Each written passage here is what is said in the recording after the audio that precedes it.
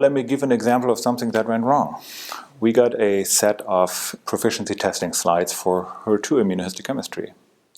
We were in the process of validating a new test method for our HER2 stains. So what happened was, once these PT slides came in, they didn't go into our patient pile, they went into our validation pile, which is obviously a big no-no. First thing we did is call the accreditor and say, this is what happened. Do we have to report ourselves to the CMS? And they said, no, you don't. But we send you a replacement set.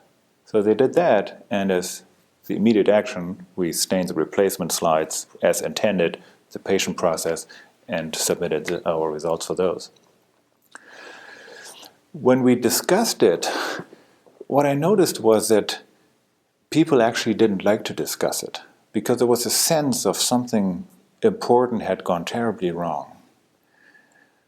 And while that notion is certainly justified when you talk about proficiency testing, that's not how I want to live life in our laboratory. So instead, I encourage them to celebrate this as a mistake and see what we can do about it and make sure it doesn't happen again. So we used this as a prompt to map out our process on how proficiency testing samples are actually handled.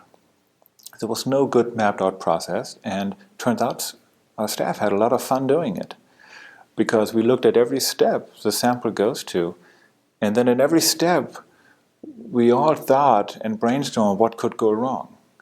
And there was a great experience, because all of a sudden the focus was not on any one person routing that one sample into the wrong pile accidentally and feeling bad about it. What it showed us was that there are 20 steps in the process, and at every step, anyone could have made any mistake. And it was sort of enlightening, because what we realized was that there's a lot of potential for error. And this was just one of them, and if we don't celebrate them, we don't learn from them. You should not live life in the laboratory with fear of retribution or of doing anything wrong, because you never get better.